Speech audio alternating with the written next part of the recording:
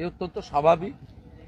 যে ভাষায় ভারতকে আক্রমণ করছে এবং আমেরিকায় গণতান্ত্রিকভাবে নির্বাচিত রাষ্ট্রপতির জয়কে নিয়েও যেভাবে কিছুদিন ধরেই কটাক্ষ করছে, সব মিলিয়ে বোঝা যাচ্ছে যে পাকিস্তানপন্থী যারা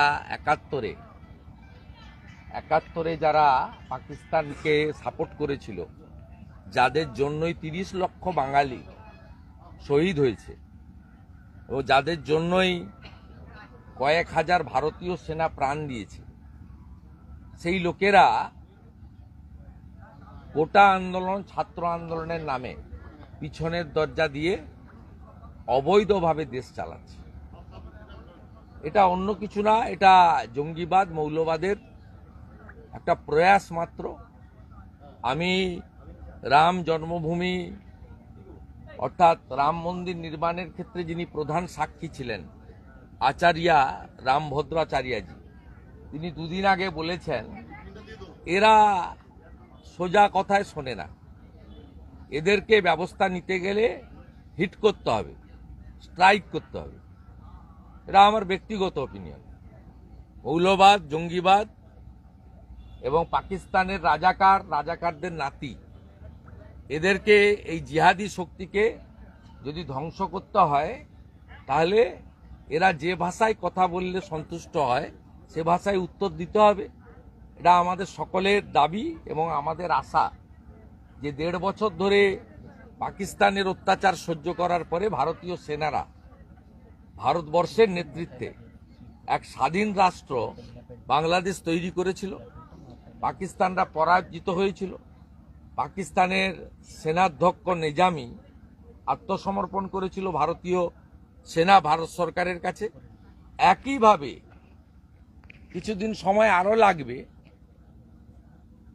ব্যবস্থা নিশ্চিত হবে, এটা আমরা আশাবাদী।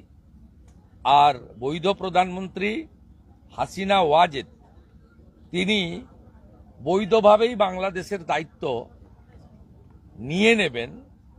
গণতন্ত্র, ধর্মনিরপেক্ষতা, সংবিধান, সকলের অধিকার, যা বঙ্গবন্ধু শেখ মুজিব যে রাস্তা দেখিয়েছিলেন, সেই রাস্তাতেই ভবিষ্যতের বাংলাদেশ এগোবে। এই আবহে এবার মালদার হবিপুর থেকে বাংলাদেশ সীমান্তে থেকে উদ্ধার হয়েছে 12টি চোরাই মোবাইল ফোন, নগদ টাকাও সেখান থেকে উদ্ধার হয়েছে এবং এক ব্যক্তিও সেখান থেকে গ্রেপ্তার হয়েছে। 50,000 টাকাও তার বাড়ি থেকে উদ্ধার হয়েছে। আমরা বারে বারে বলেছি পশ্চিমবঙ্গে জঙ্গিদের আস্তানা। আপনি হবিবপুরে যাচ্ছেন কেন? আপনি কেন্নামারি অঞ্চলে চলে যান, সেখানে 3টে রোহিঙ্গা পরিবার আছে এই কেন্নামারি অঞ্চলে। নয়াচর থেকে তাদেরকে নিয়ে এসে তৃণমূলের নেতা বসিয়েছেন ফিশারি পাহারা দেওয়ার জন্য। এইখানে, এখান থেকে 20 কিলোমিটার দূরে। গোটা রাজ্যটাকে রোহিঙ্গা মুসলমান জঙ্গিদের হাতে ছেড়ে দিয়েছেন মমতা বন্দ্যোপাধ্যায়। আর এই কাজে তাকে সাহায্য করছেন আমার আপনার ট্যাক্সের টাকায় বেতন পাওয়া পুলিশ। জালে পাসপোর্ট জালিয়াতি কাণ্ডের অন্যতম মাথা চাঁদপাড়া থেকে গ্রেপ্তার হলো বিহারের ট্রাভেল এজেন্সি মালিক মনোজ গুপ্ত। আগেই সংস্থার কর্মী এ অসংখ্য আছে। কসবাতে যে পাসপোর্ট অফিস, সেই অফিসে যদি আপনি যান, দেখতে পাবেন কিভাবে বাংলাদেশি মুসলমানরা তারা কিভাবে সমস্ত জাল করছে। এবং এর এপিসেন্টার হচ্ছে তৃণমূলের পঞ্চায়েত, পৌরসভা। তারা রেসিডেন্সিয়াল সার্টিফিকেট দিচ্ছে বলেই পাসপোর্টগুলো তৈরি হচ্ছে। পুলিশ ভেরিফিকেশন দিচ্ছে টাকা নিয়ে। অতএব এর জন্য দায়ী মমতা ব্যানার্জি। আমি বাংলার মানুষকে বলবো, আপনারা 26 সালে একজোট হয়ে এই সরকারকে একবার বিসর্জন দিন। ব্লিচিং, ফিনাইল, কার্বলিক অ্যাসিড, আরো কিছু লাগলে সবকিছু স্প্রে করে, আমরা যেমন পার্থেনিয়ামকে নির্মূল করেছি, বিষাক্ত গাছ, এদেরকে কি করে সাফ করতে হয়, এই জঙ্গিবাদ, মৌলবাদ, বাংলাদেশের রোহিঙ্গা মুসলমান, false Aadhaar card, false EPIC card, false passport একদম পরিষ্কার করে দেবো। আমরা কমিটেড যোগী আদিত্যনাথজির মতো সুশাসন এবং সুরক্ষা, গুজরাটের মতো শিল্প আর কর্মসংস্থান আমরা দেব। বিজেপি রুল স্টেটে দেয়, এখানেও আমরা দেব। দাদা, বাংলাদেশ থেকেও বাড়ছে মানব পাচার। নদিয়ার সিন্ডিকেট গড়ে জাল নথির সাহায্যে তৈরি হচ্ছে ভারতীয় পরিচয়পত্র, মোটা টাকার বিনিময়ে চলে যাচ্ছে বাংলাদেশিদের এই হাতে। এই প্যাকেজে মানব পাচার, নারী পাচার, শিশু পাচার, গরু পাচার, মহিষ পাচার, ফেন্সিডিল পাচার, ড্রাগ পাচার, চিনির বস্তা পাচার, দ্য প্যাকেজ। এই প্যাকেজে সব আছে এবং এই প্যাকেজের কারবারটা চালাচ্ছে 9টা বর্ডার ডিস্ট্রিক্টে শাহজাহানের মতো তৃণমূলের নেতারা। জাল পাসপোর্টে পরে সমস্ত বর্ডারগুলো এদের কন্ট্রোলে। বর্ডারে হিন্দুরা নেই। আপনি যদি বসিরহাটের ঘোজাডাঙ্গা থেকে কুচবিহার বর্ডার যান, হিন্দুদের ভাগিয়ে দিয়েছে। এই বাংলায় 8-9 হাজার গ্রাম আছে, শাঁখ বাজে না। মুর্শিদাবাদ মালদাতে, নদিয়ার একটা প্রান্তে, করিমপুর, কালীগঞ্জে হিন্দুদের জমি জলের দামে বেচে পালিয়ে আসতে হচ্ছে কলকাতা বা অন্য জায়গায়, শহরে, কৃষ্ণনগরে, বারাসাতে, জলের দামে বেচে। এমন ভাবে তাদের উপর অত্যাচার, তারা বর্ডার গ্রামগুলো প্রায় ফাঁকা করে দিয়েছে। দাদা, জাল পাসপোর্টের পর এবার জাল টাকা উদ্ধার হলো, বা দিল্লি থেকে গ্রেপ্তারও হলো একজন। জাল টাকা মানে জাল পাসপোর্ট, নিশ্চয়ই পশ্চিমবঙ্গের লোক। হ্যাঁ। Hub supply line under the leadership of Mamata Banerjee. এটা হচ্ছে সাপ্লাই লাইন, চেন, শতছিদ্র আপনার সীমান্ত, 931 কিলোমিটার বেড়ানি। জমি দিচ্ছে না বিএসএফ।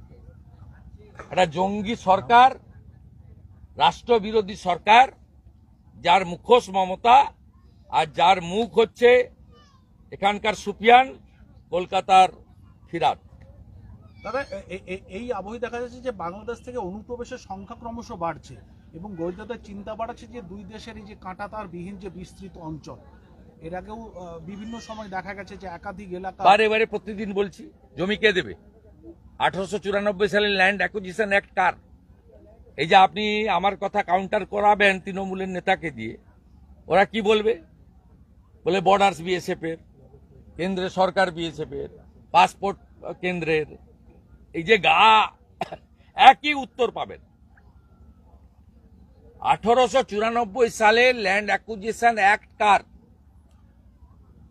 ডিএমদের। সেই ডিএমরা কার কন্ট্রোলে?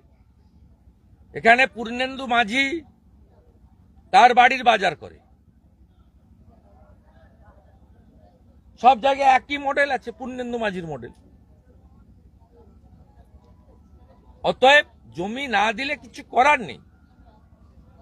আইনটা তো পার্লামেন্টে পাস হয় অ্যান্টি ল্যান্ড অ্যাকুইজিশন। ভারত সরকার সুপ্রিম কোর্টেও গেছে, মামলা পড়ে আছে। আমাদের বিশ্বাস সুপ্রিম কোর্ট এই ব্যাপারে হস্তক্ষেপ করবে, কারণ দেশের স্বার্থ আগে। দাদা, সমস্ত চূড়ান্ত প্রস্তুতি হয়ে গেছিল আজকে, অথচ দেখা গেল সমবায় সমিতির ভোটটাকে বাতিল করে দিল।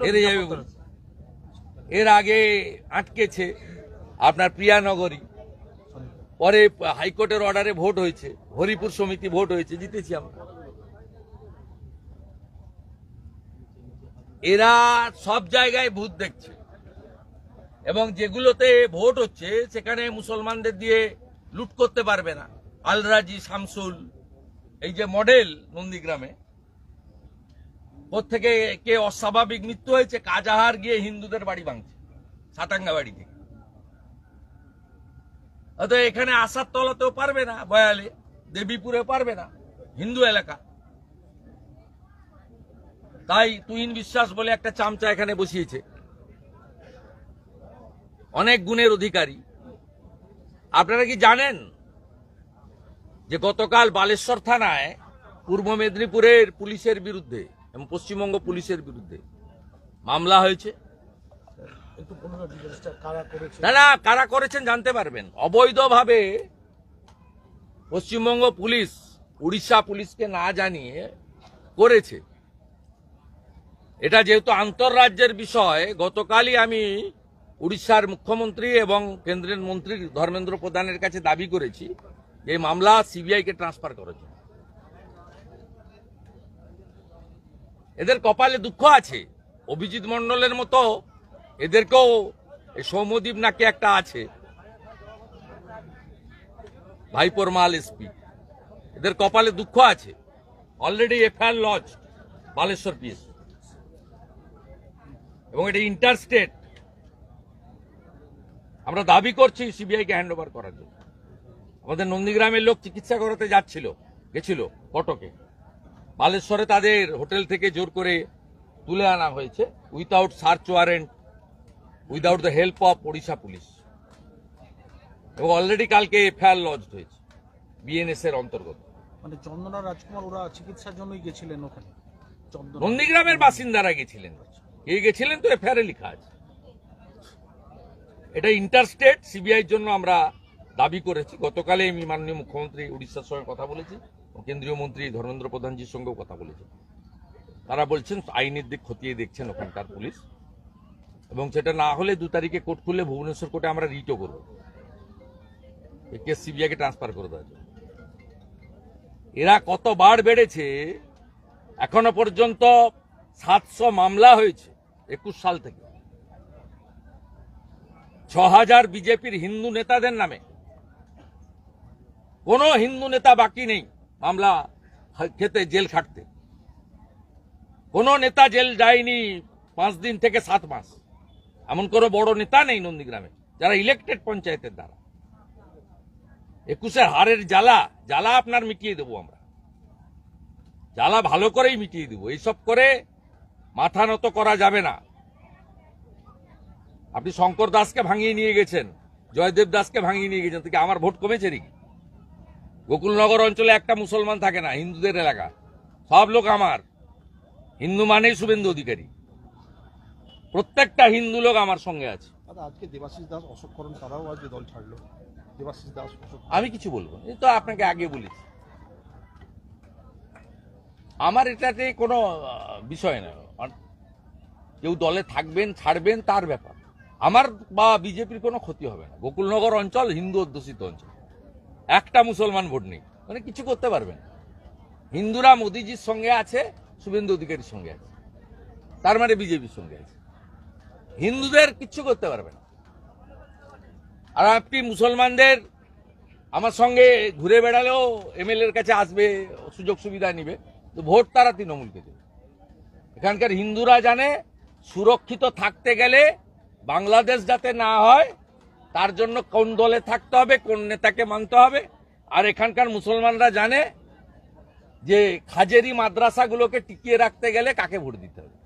বলছি দাদা, সন্দেশখালী ঘটনার 11 মাস পরে আগামীকাল মমতা বন্দ্যোপাধ্যায়, আমিও পরশুদিন যাচ্ছি বিজেপির সদস্যতা অভিযান করতে। ওরে গিয়ে কি লাভ হবে? হেলিকপ্টার করে আপনি যাবেন শীতকালে, কি লাভ হবে? কোনো লাভ হবে না।